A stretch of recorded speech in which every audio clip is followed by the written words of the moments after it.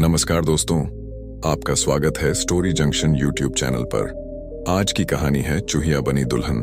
बहुत समय पहले एक नदी के किनारे पर एक किसान अपनी पत्नी और 3 बेटों के साथ रहता था।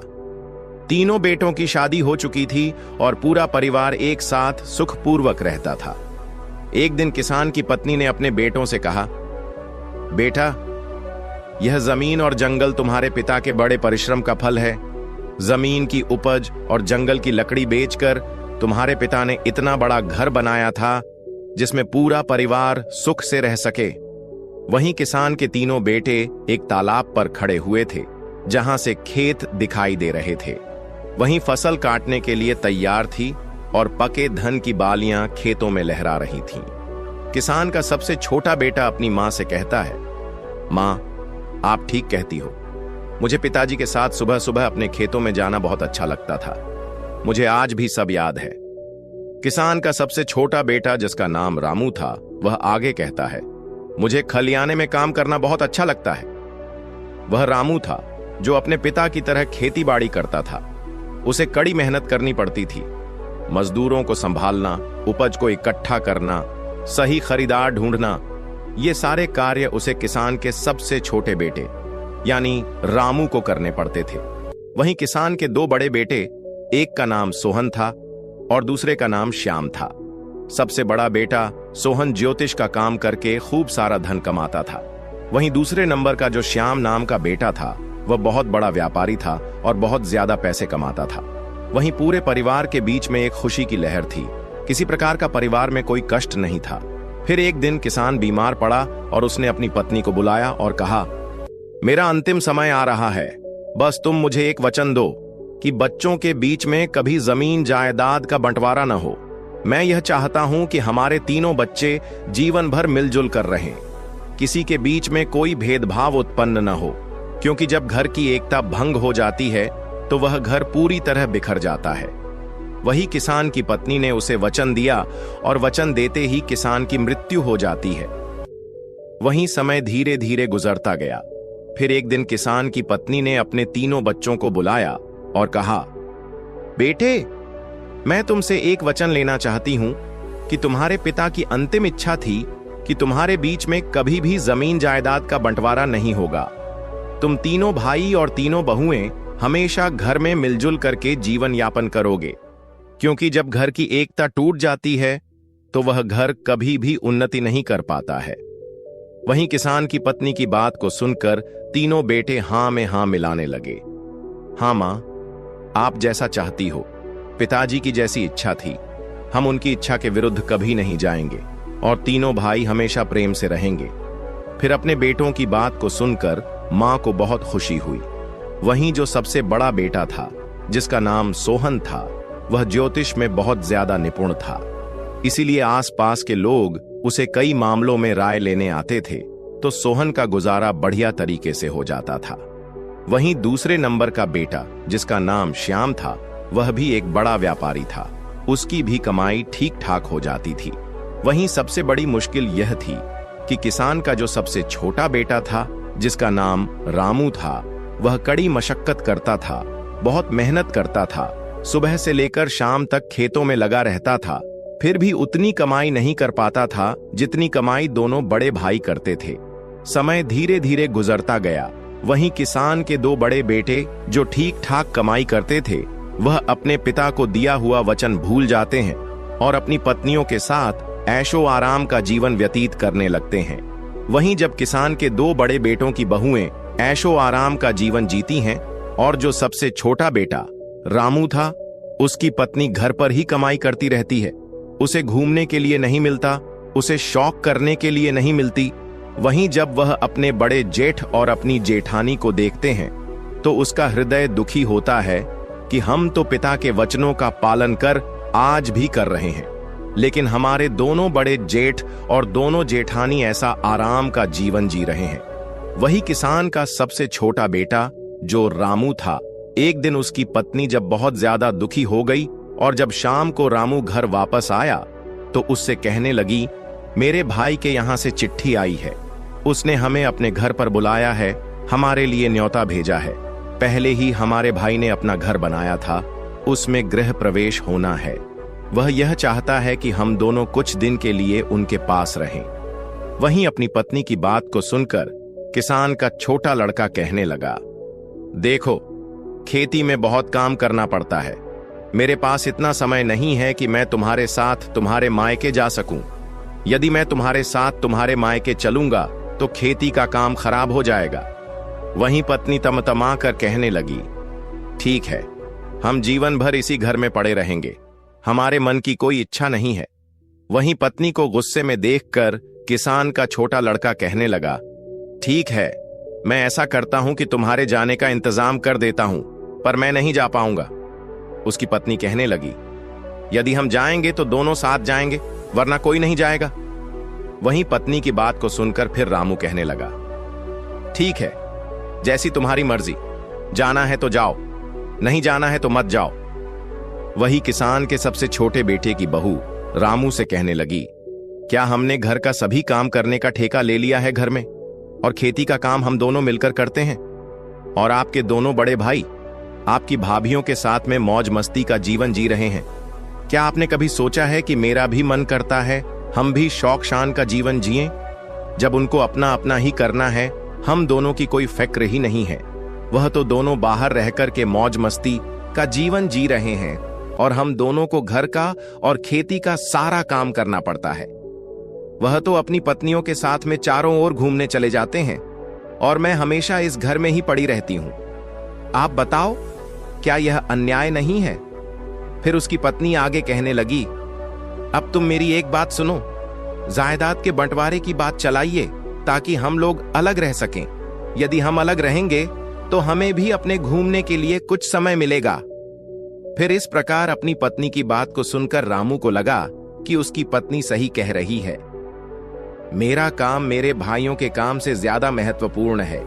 मेरी ही वजह से वह दोनों इतने ठाठ से और आराम से जीवन जीते हैं, और मैं और मेरी पत्नी नौकरों की तरह इस घर में लगे रहते हैं। वहीं एक रोज जब सभी भाई घर में खाना खा रहे थे, तो किसान के सबसे छोटे लड़के ने अपनी मां और भाइयों से कहा कि उसे जायदाद में उसका हिस्सा चाहिए।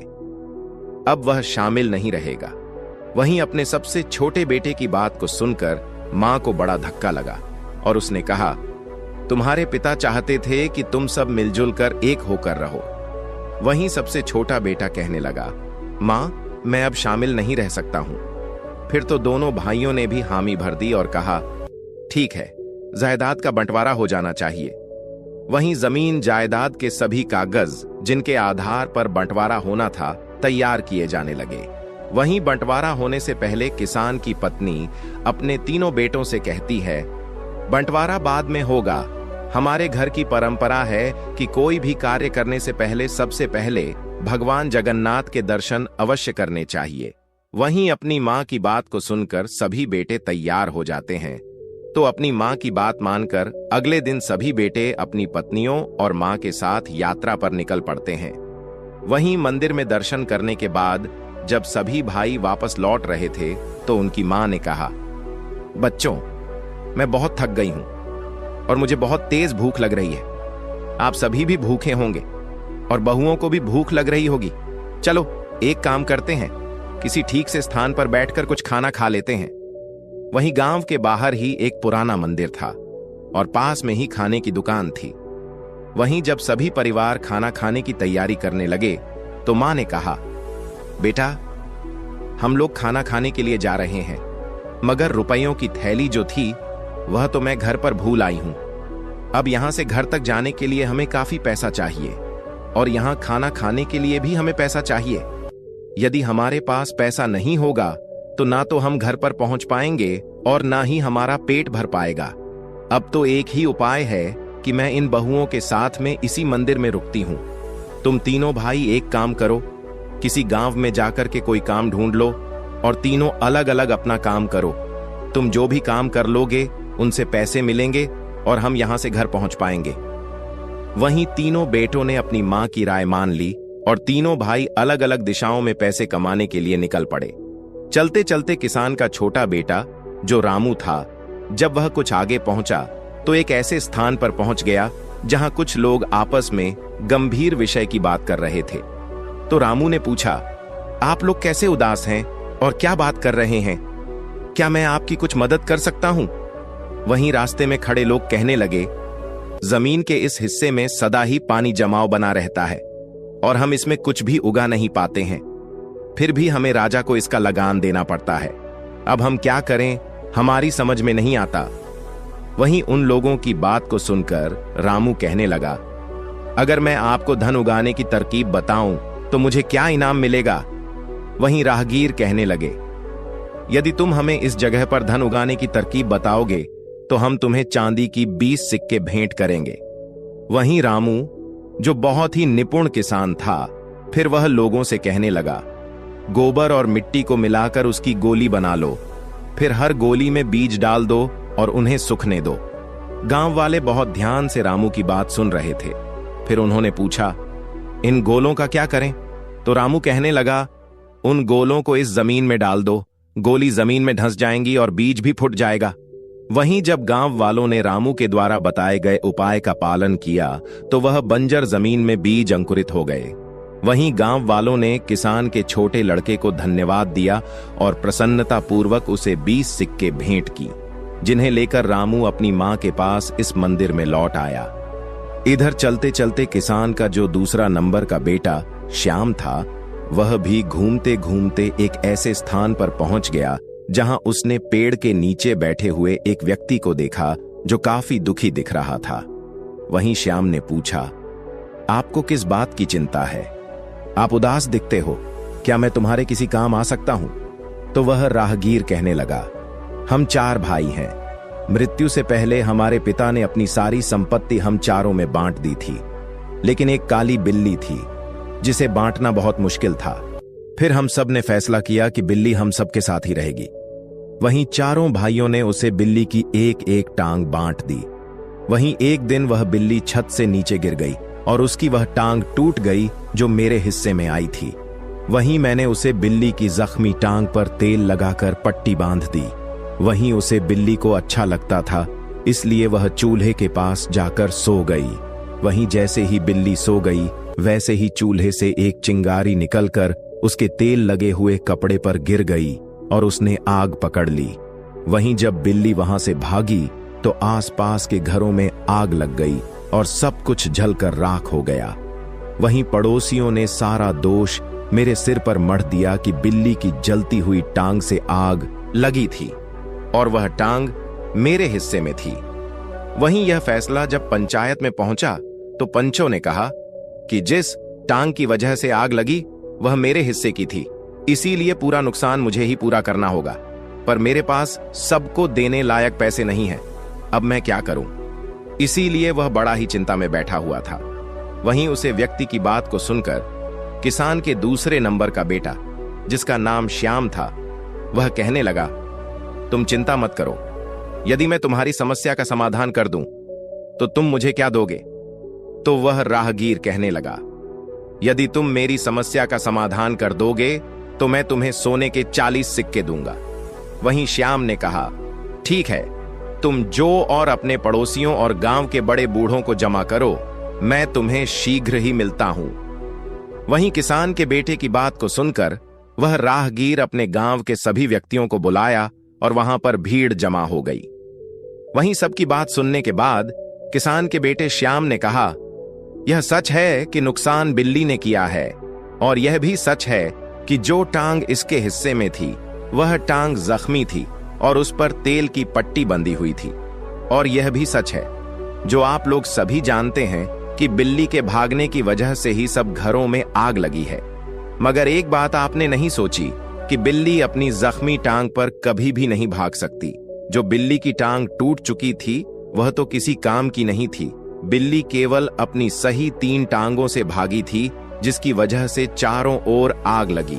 अब आप ही बताइए, बिल्ली की टूटी हुई टांग का दोष है या जो टांगे सही थीं उनका दोष है? वहीं श्याम की बुद्धि ने सभी गांव वालों को अचंभे में डाल दिया और सभी ने हामी में अपना सिर हिलाया। वहीं फैसला हुआ कि 3 टांगे जो सही थीं उनके मालिक ही हर्जाना भरेंगे। फिर तो जख्मी टांग का मालिक बहुत ही खुश हुआ और वादे के मुताबिक उसने श्याम को सोने के 40 सिक्के भेंट किए। वहीं किसान का दूसरा बेटा भी 40 सोने के सिक्के लेकर अपनी मां के पास मंदिर में लौट आया। वहीं किसान का अब सबसे बड़ा बेटा, जिसका नाम सोहन था, वह भी कमाई करने के लिए गया था। मगर वह चलते चलते एक ऐसे घर में जा पहुंचा जहां से रोने की आवाज आ रही थी। वह घर बहुत बड़ा था और उसके बाहर एक पहरेदार भी खड़ा था। वहीं किसान का बड़ा बेटा सोचने लगा, ऐसे आलीशान घर में रहने वाला कोई व्यक्ति क्यों रो रहा है? आखिरकार इसकी समस्या क्या है? वहीं जब किसान का बेटा आगे बढ़ता है तो पहरेदार से पूछता है, महोदय, एक बात बताओ, इस घर से रोने की आवाज क्यों आ रही है? फिर तो उसे किसान के बेटे की बात को सुनकर वह पहरेदार कहने लगा, आप अंदर चलिए, आप स्वयं ही पूछ लीजिए। वहीं किसान का बेटा जब अंदर गया तो वह कहने लगा, आपको क्या कष्ट है? आप क्यों रो रहे हैं? आप मुझे बताइए, क्या मैं आपकी कोई सहायता कर सकता हूं? तब वह रोने वाला व्यक्ति किसान के बड़े बेटे से कहने लगा, अरे भाई, राजा लोग भी अजीब सन की होते हैं। हमारे राजा ने मुझे एक हाथी का वजन पता करने के लिए कहा है। अगर मैं ऐसा नहीं कर सका तो राजा मेरा सिर धड़ से अलग करवा देगा। इतना कहकर वह मंत्री एकदम से रोने लगा। वहीं उसे मंत्री की बात को सुनकर किसान का बड़ा बेटा, जिसका नाम सोहन था, कहने लगा, तुम चिंता मत करो। यदि मैं तुम्हें हाथी का वजन पता लगाने में सहायता करूं तो मुझे क्या पुरस्कार मिलेगा? वहीं मंत्री कहने लगा, यदि तुम मुझे इस हाथी का वजन पता करवा दोगे तो मैं तुम्हें 100 सोने की मुद्राएं दूंगा। फिर तो बात मंजूर होने के बाद किसान के बड़े लड़के ने मंत्री से कहा, मुझे हाथी के पास ले चलो। और फिर जब वह हाथी के पास पहुंच गया तो उसने मंत्री से कहा, इस हाथी को एक नदी के पास ले चलो जहां पर काफी नौकाएं हों। किसान के लड़के के कहने के मुताबिक जब वह मंत्री हाथी को नदी के किनारे ले गया तो किसान के लड़के ने नाव वाले से कहा, इस हाथी को नाव में खड़ा करें। वहीं नाव वाले ने जैसे ही हाथी को नाव में खड़ा किया तो नाव पानी में धंसने लगी। और जब धंसना रुक गया तो किसान का लड़का कहने लगा, जहां पर नाव रुकी है वहां पर निशान लगाओ और फिर इस हाथी को इस नाव से उतार लो। वहीं किसान के लड़के की बात को सुनकर नाव वाले ने वहां पर निशान लगा दिया और फिर हाथी को नाव से बाहर निकाल लिया। वहीं पुनः किसान का लड़का कहने लगा, अब इस नाव में इतने पत्थर भरो कि जब तक यह नाव इस निशान तक ना पहुंच जाए। फिर किसान के लड़के की बात को सुनकर सभी ने बड़े बड़े पत्थर नाव में भर दिए। और जब नाव उस निशान पर पहुंच गई जहां पर हाथी के वजन से पहले रुकी थी, तो फिर किसान के लड़के ने कहा, अब पत्थर डालना बंद करो और इस नाव में से पत्थर बाहर निकाल लो। इन पत्थरों को तोड़ लो। जितना वजन इन पत्थरों का होगा उतना ही वजन इस हाथी का होगा। वहीं मंत्री इस प्रकार अपने हाथी का वजन जानकर बहुत ही खुश हुआ और वादे के मुताबिक उसने किसान के बड़े बेटे सोहन को 100 सोने की मुद्राएं भेंट की। वहीं सोहन उन मुद्राओं को लेकर अपनी मां के पास मंदिर में लौट आया। इस प्रकार सभी भाई जब धन कमाकर मंदिर में लौट आए तो सभी ने बड़े ही प्रेम से खाना खाया और दुकान वाले का इतना पैसा बना कि तीनों भाइयों ने जो पैसा कमाया था वह सब उसके खाने में चला गया। केवल उनके पास में उतना ही पैसा बचा जिससे वह खर्च करके अपने घर वापस आ सके। वहीं जब किसान की पत्नी अपने बच्चों और बहुओं के साथ घर वापस आई तो उसने रुपयों वाली थैली एकदम से निकालकर अपने बेटों के सामने रख दी और कहा, मैंने जानबूझकर इस थैली को छुपा लिया था ताकि मैं तुम्हें समझा सकूं कि एकता में कितनी शक्ति होती है, क्योंकि तुम तीनों भाइयों ने मिलकर जो भी धन कमाया था उसे इकट्ठा करके ही हम लोगों को खाना मिला और बची हुई पैसों से हम अपने घर आ सके। यदि तीनों भाई मिलकर एक जगह कमाई एकत्रित नहीं करते तो आज हम न तो पेट भरकर खाना खा पाते और न ही वापस घर पर आ पाते। इसलिए हमेशा ध्यान रखना, जब तक झाड़ू बंधी है तब तक उससे सफाई हो सकती है। जब उसकी सिक बिखर जाती है तो फिर झाड़ू किसी काम की नहीं रहती। इस प्रकार जब तक तुम तीनों के अंदर एकता का भाव रहेगा तब तक इस घर की उन्नति होती रहेगी और जिस दिन बंटवारा हो गया उसी दिन इस घर की उन्नति रुक जाएगी। इसीलिए तुम्हारे पिताजी ने मुझसे पहले वचन लिया था कि मैं तीनों बच्चों के बीच बंटवारा नहीं होने दूं। इस प्रकार किसान की पत्नी की बात सुनकर किसान के तीनों बेटे एक दूसरे के गले लग गए और भविष्य में कभी भी अलग न होने का संकल्प लिया और यह वचन लिया कि तीनों बहुएं एक साथ रहेंगी, एक ही हिसाब से रहेंगी। तीनों भाई जो कमाएंगे उसे एक जगह एकत्रित करेंगे और फिर एक साथ बैठकर निर्णय करेंगे कि हमें क्या करना चाहिए। किसी के साथ कोई भेदभाव नहीं किया जाएगा। अक्सर लोग कहते हैं कि घर में बंटवारा बहुओं की वजह से होता है, तो ऐसा नहीं है। बंटवारे की नौबत इसलिए आई है क्योंकि जब दो भाई ज्यादा कमाते हैं और एक भाई कम कमाता है तो ज्यादा कमाने वाले भाई अपनी पत्नी के साथ ऐशो आराम का जीवन जीने लगते हैं और जो भाई कम कमाता है उसकी अहमियत नजरों में कम कर दी जाती है। वहीं जब कम कमाने वाले भाई की पत्नी यह सब अपनी आंखों से देखती है कि हम दोनों दिन रात मेहनत करते हैं फिर भी हम शौक नहीं कर पाते हैं, जबकि घर की जिम्मेदारी हम निभाते हैं, सबका सम्मान भी करते हैं, फिर भी हमारे जेठ हमेशा राजसी ठाठ बाट में जीते हैं और कभी घर के काम में हाथ नहीं बताते, तो बस यही बात एक स्त्री को बुरी लगती है और फिर वह अपने पति से कहती है, जब हमें मेहनत मजदूरी करके ही रहना है तो साथ में क्यों रहें? जो हमारे जेठ अपनी स्त्री के साथ में ऐशो आराम से रहें और हम दिन रात मेहनत करें। इससे अच्छा तो हम अलग होकर रहें। कम से कम जो कमाएंगे वह हमारा होगा और हम अपनी मर्जी से शौक शान कर सकेंगे। बस यहीं से भाइयों के बीच दरार पड़ना प्रारंभ हो जाती है और बंटवारा होकर ही रहता है। वहीं भाइयों के बंटवारे को रोकने में माँ बाप का बड़ा हाथ होता है। यदि माँ बाप इस बुद्धिमान माँ की तरह अपने बच्चों में संस्कार डालें कि चाहे कोई कम कमाए या ज्यादा कमाए, सभी भाई अपनी अपनी कमाई एक जगह एकत्रित करें, फिर जो भी करना है सभी भाई बैठकर एक निर्णय लें और फिर काम करें। साथ ही सभी बहुओं को एक बराबर जीने की स्वतंत्रता दें। यदि घर में ऐसा होगा तो इस बुद्धिमान माँ के बच्चों की तरह घर में कभी बंटवारा नहीं होगा। रामप्रसाद के चेहरे पर गर्व की चमक थी। उनके बेटे मोहन ने बी.टेक में प्रथम श्रेणी से पास होकर उनका सिर ऊंचा कर दिया था। जैसे ही मोहन घर आया, रामप्रसाद ने उसे गले लगा लिया और बोले, बेटा, तूने मेरा नाम रोशन कर दिया। सुबह से ही बधाई के फोन आ रहे हैं। पास खड़ी मोहन की मां इस दृश्य को देखकर मोहित हो रही थी। उनकी आंखों में खुशी साफ झलक रही थी, लेकिन मोहन के चेहरे पर एक गहरी सोच की छाया थी। उसने धीमे स्वर में कहा, पिताजी, मुझे आप दोनों से एक जरूरी बात करनी है। रामप्रसाद ने उत्सुकता से पूछा, हाँ बेटा, बोलो, क्या कहना है?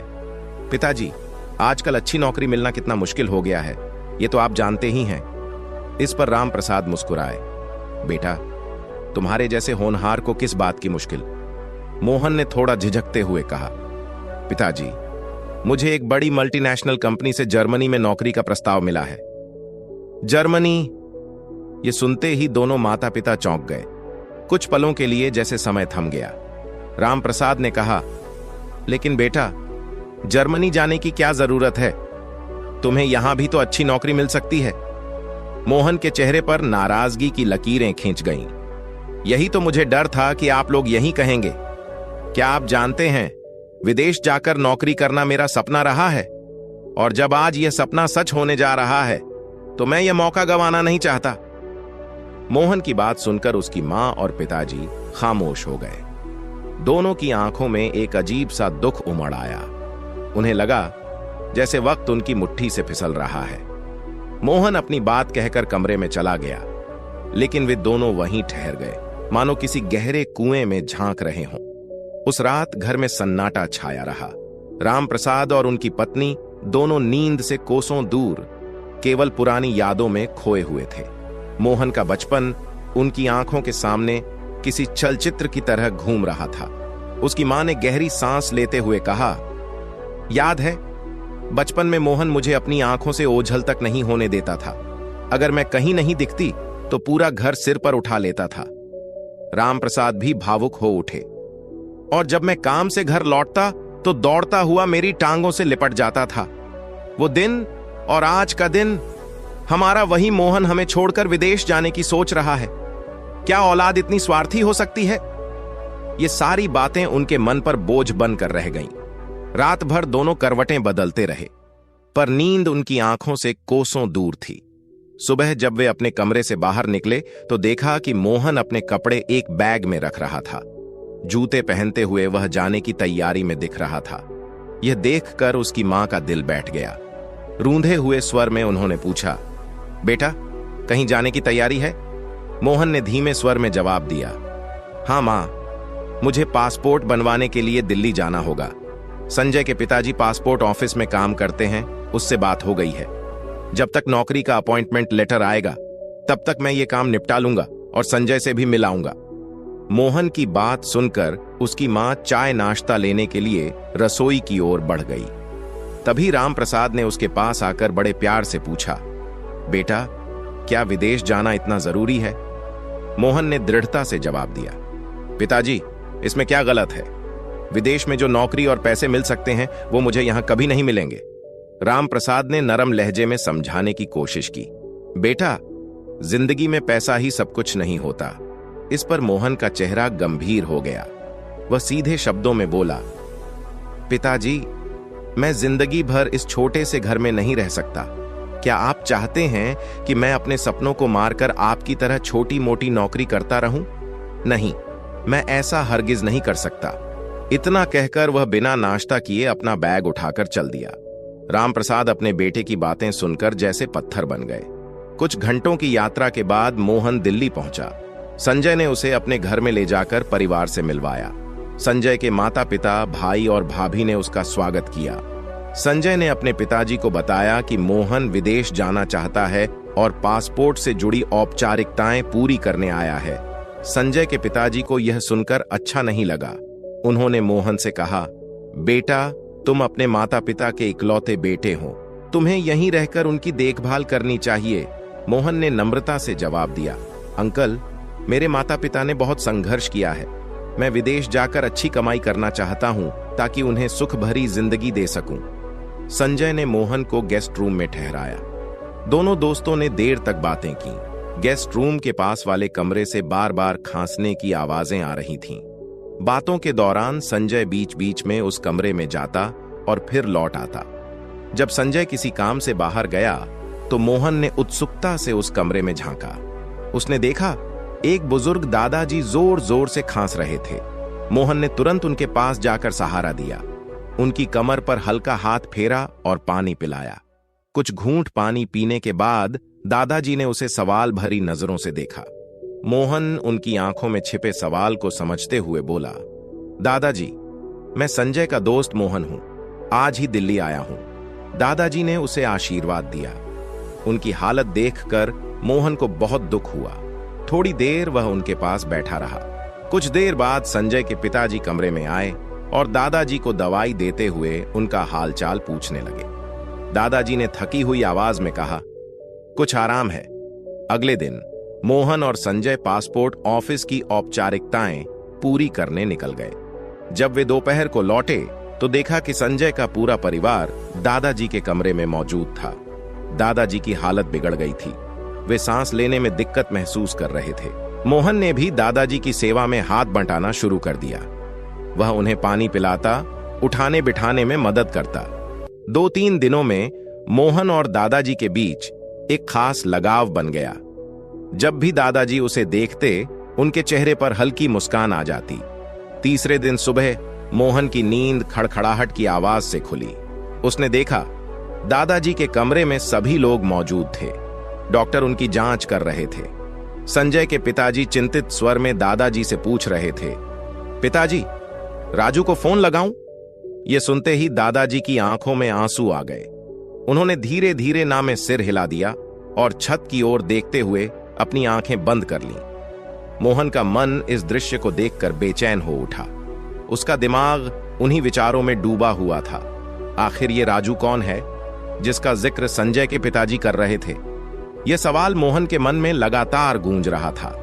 उसका मन बेचैन था और उसे समझ नहीं आ रहा था कि आखिर दादाजी ने उस नाम का जिक्र सुनते ही इतनी भावुक प्रतिक्रिया क्यों दी।